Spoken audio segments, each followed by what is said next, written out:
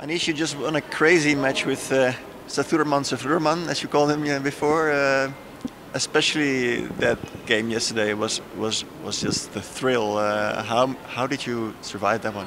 Well, it took me 2 games to realize that Najdorf is a very bad opening.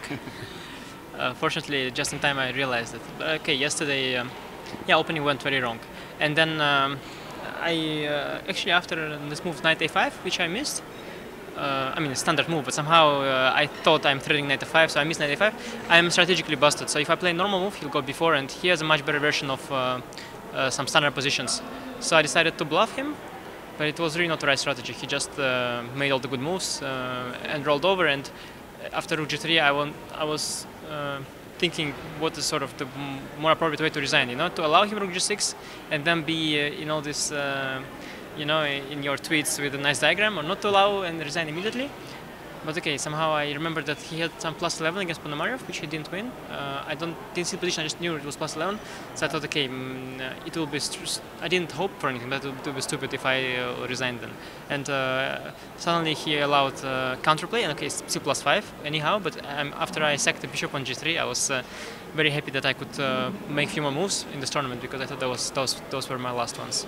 It reminds me of this joke about so one guy, he's drowning, and is a very religious man, and he calls for help, yeah, to God. He says, God, please, I've been faithful all this time. Can you please come and help me? So then, suddenly he sees a boat, yeah, appearing, and they say, "Oh, come, come with us." And he says, "No, guys, you go.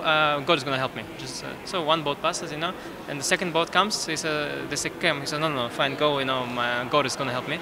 A third boat comes, leaves. So then the guy drowns. So he ends up in heaven because he was a good guy. And then he asks God, "Why didn't you rescue me?" And he says, "No, I sent 3 boats for you." And it's a bit the same yesterday. So yeah, I was praying and I got the boat, but I didn't take it. I was very lucky that I got the second boat. Yeah, and then today, good win I think in the first game, and then yeah, another Najdorf disaster. But you were very confident in the 10+10 games, I think. Yeah, I've realized what the strategy should be. I didn't know him so well before. Generally, I realized that I should play differently against him, and fortunately it worked out. I mean, my second rapid game that I won was a Najdorf. I vaguely remembered the way, but a bit vague, and we had just 25 minutes. So I didn't feel like sitting there for 5 minutes just trying to remember the theory.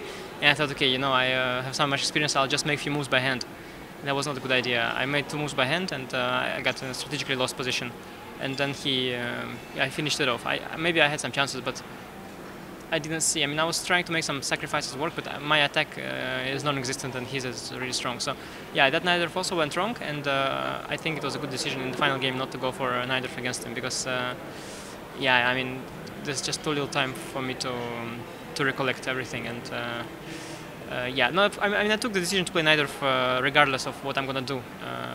But in hindsight, of course, something more solid would have been wiser. Right, and tomorrow, chess legend Vasily Ivanchuk is waiting for you. Yeah, to be honest, it doesn't. I don't really feel the difference here. I feel like I'm playing man in the mirror here every round. It is Sethuraman, or it's Montelov, or it is Ivanchuk. Just or it also doesn't matter whether it was Ivanchuk or Kramnik. Kramnik is special. No, okay. No, basically not. I mean, you see here that Nair beats Caruana. I mean, Nair is a great player, but to beat Caruana in a mini match, I mean, that takes something. And also, Magnus is losing. I think it doesn't matter who is playing. It's basically just it absolutely doesn't matter. You just have a very short match, and at the end of the day, you have to first of all have nerves of steel, and secondly be lucky, like I was so far. So I honestly don't care what my opponent's strength and rating is. It's absolutely irrelevant by this point.